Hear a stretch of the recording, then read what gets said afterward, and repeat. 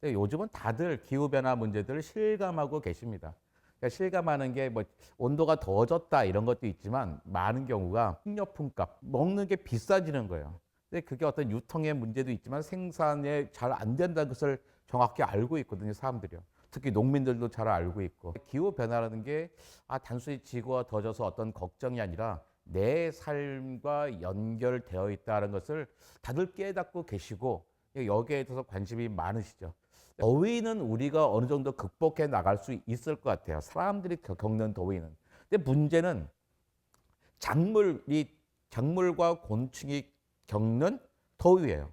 그래서 어떨 땐 더워지고 어떨 땐 겨울엔 또 너무 추워지고 하면서 식량 생산이 예전과 같지 않게 됩니다.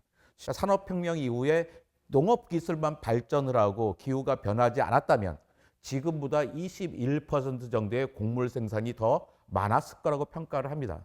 그러니까 지금도 기온이 1도가 올라가면 밀, 옥수수 벼가요 7, 6, 3%씩 감산하게 됩니다. 그러니까 지금 우리가 산업화 후에 1.1도, 1.5도 하다가 더 올라가게 되잖아요. 갑자기 전 세계의 식량 생산이 7%, 8%가 줄어들게 된다는 거예요. 이제는 우리가 어떤 문제가 생길까요? 난 가장 큰 문제가 식량 문제로서 비롯된 평화 체제의 종말일 수도 있다고 생각합니다. 저는 가장 걱정하는 게 기후 위기 때문에 더워서 힘든 게 아니라 기후 위기 때문에 식량 때문에 힘들 거라고 생각하거든요. 기후 문제는 식량 문제로 연결되는 거고 이 식량 문제는 결국에 이 전 세계에 갖고 있는 평화 체제가 끊기는 거예요. 한반도에 인간 사람이 들어온 다음에 3대가 동시에 전쟁을 경험하지 않았던 경우가 몇 번이나 있었겠어요. 이게 사실 전 세계적인 현상이란 말이에요. 지금 이스라엘과 러시아, 우크라이나 빼놓고는 전쟁이 어디 있습니까? 다들 이렇게 평화롭게 살고 있었는데 이 체계는 식량 때문에 아주 위협을 받을 수 있는 상황이 된 거라는 거죠. 그래서 우리가 평화롭기 위해서도 그러니까 전쟁이 깨진다고 해서 우리가 다 60 먹은 사람들이 어떻게 피를 벗겠어요? 결국 다 젊은 사람들이에요. 젊은 사람들의 생명을 지키기 위해서라도 식량 문제는 잘 지켜야 되는 거고 식량 문제를 지키기 위해서는 기후 문제를 전 세계 사람들이 협력해서 해결을 해야 되는 거죠. 저는 충분히 할 수 있다고 생각합니다. 가장 큰 문제는 이산화탄소잖아요. 우리는 알고 있어요. 이산화탄소 배출을 하지 않는 거예요, 일단요. 우리나라가 1인당 배출하는 이산화탄소량이요. 전 세계 2등입니다. 1등이 호주예요. 근데 우리가 2등인데 우리가 전 세계 평균보다 3배 많아요. 근데 그건 부끄럽지 않아요. 우리나라 선진국이잖아요. 선진국이 세계 평균보다 3배 정도 이산화탄소 배출할 수 있지라고 생각할 수 있어요. 근데 우리나라가 EU 국가보다 1인당 배출하는 이산화탄소량이 3.67배쯤 돼요. 4배가 조금 안 됩니다. 아니 유럽 사람 잘 사는 사람이잖아요. 그 사람들이 에너지 안 쓰는 거 아니잖아요. 물론 우리보다는 조금 써요. 하지만 우리 반틈 쓰고 그런 거 아니란 말이에요. 거의 비싸게 쓰는데 왜 이산화탄소 배출량은 거의 4배, 4분의 1밖에 안 될까요? 그들이 사용하는 에너지와 우리가 사용하는 에너지가 다르다는 거예요. 우리는 이럴 때 이제 미국을 막 기대죠. 미국 사람들은 에너지 정말 많이 쓰잖아. 그들은 이산화탄소 배출 많이 할 걸 생각해요. 미국 사람들은 한국 사람보다 사용하는 에너지 양이 3배예요. 1인당 3배를 사용하고 있습니다. 그런데 1인당 배출하는 이산화탄소 양은요. 우리 70%가 안 돼요. 우리보다 훨씬 적어요. 이게 뭐예요? 미국도 에너지 전환을 해냈다는 겁니다. 미국이 2022년 말에 이미 태양광과 풍력량이 석탄 화력 발전소 양보다 많아요. 미국에서 석유가 가장 많이 나온 나라가 곳이 텍사스예요.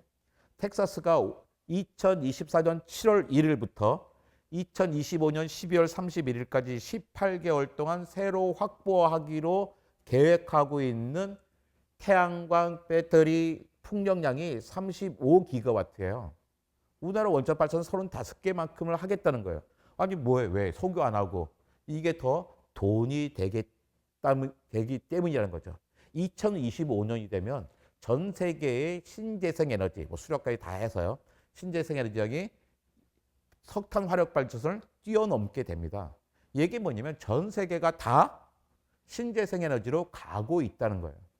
그러니까 우리가 오해하면 안 되는 게 야, 신재생 에너지 그래 지구에 좋은 거지. 하지만 우리가 그걸로 경제가 돌아갈 수가 없잖아. 그러니까 착한 사람들이 뭐 이렇게 조금씩 하겠지 한 게 아니라 이게 주류가 되는 거예요.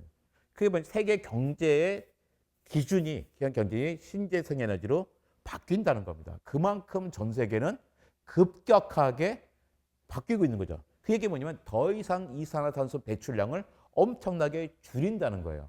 이게 한 가지 방법인 거고. 두 번째 방법은 뭐예요? 이미 내보내는 이산화탄소량을 줄이고 나가 있는 이산화탄소를 빨아 들어오는 거잖아요. 방법이 가장 쉬운 방법은 일단 숲을 늘리는 거예요. 숲을 막 늘리면 일단 이산화탄소 빨아들여요. 이 나무가 다 썩어버리면 다시 이산화탄소 가겠지만 일단 저장할 수 있는 시간을 벌 수 있는 거예요. 들어왔으니까. 그 다음에 생긴 여러 가지 기술이 뭐냐면 그 나무를 갖다가 썩지 않게 하는 거예요. 어떻게 안 썩게 하지? 이것을 압력을 가해서 숯처럼 만들어버리는 거예요. 탄소 성분만 딱 남게 만드는 겁니다. 옛날 석탄 만들듯이. 그 기술이 이미 있어요. 그러니까 가격이 여러 가지 실용화되지 않았을 뿐인 거죠. 그러니까 자연에서 배운 겁니다. 고생대 석탄기에 이산화탄소 농도가 지금보다 10배나 높았거든요. 그때 나무들이 어마어마하게 생겨났어요. 근데 그때 공기가 이산화탄소가 나무가 됐고 그게 썩질 못하고 석탄이 된 거잖아요. 딱 그 방법을 인공적인 방법으로 해내겠다는 겁니다. 그래서 다양한 방식, 어떤 이산화탄소를 나무나 아까 숲과 같은 모습으로 만들 수도 있고 어떻게 콘크리트 같은 걸 만들어가지고 땅 깊은 곳이나 바다 깊은 곳에 저장을 한다든지 다양한 기술들을 써 나가겠죠.